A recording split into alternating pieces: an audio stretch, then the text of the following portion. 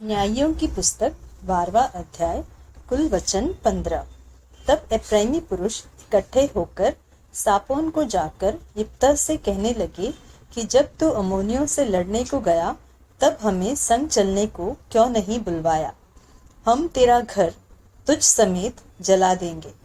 यिप्तह ने उनसे कहा, मेरा और मेरे लोगों का अम्मोनियों से बड़ा झगड़ा हुआ था, और जब मैंने तुमसे सहायता मांगी तब तुमने मुझे उनके हाथ से नहीं बचाया। तब यह देखकर कि तुम मुझे नहीं बचाते, मैं अपने प्राणों को हथेली पर रखकर अम्मोनियों के विरुद्ध चला, और यहोवा ने उनको मेरे हाथ में कर दिया। फिर तुम अब मुझसे लड़ने को क्यों चढ़ आए हो।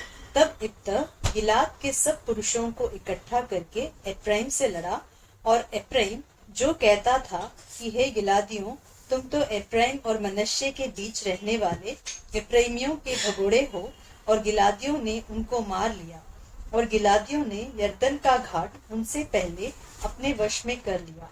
और जब कोई एप्रैमी भगोड़ा कहता कि मुझे पार जाने दो, तब गिलाद के पुरुष उससे पूछते थे, क्या तू एप्रैमी है? और यदि वह कहता नहीं तो वे उससे कहते, अच्छा शिबोलेत कह। और वह कहता सिबोलेत, क्योंकि उससे वह ठीक बोला नहीं जाता था।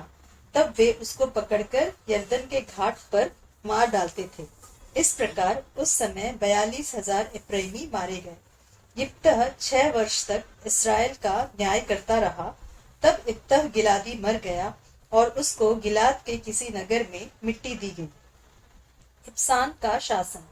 उसके बाद बेतलेहम का निवासी इब्सान इस्राएल का न्याय करने लगा, और उसके 30 बेटे हुए, और उसने अपने 30 बेटियां बाहर ब्याह दी, और बाहर से अपने बेटों का ब्याह करके 30 बहू ले आया, और वह इस्राएल का न्याय 7 वर्ष तक करता रहा।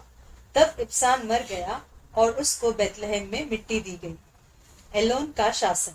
उसके बाद जबुलूनी एलोन इस्राएल का न्याय करने लगा, और वह इस्राएल का न्याय 10 वर्ष तक करता रहा।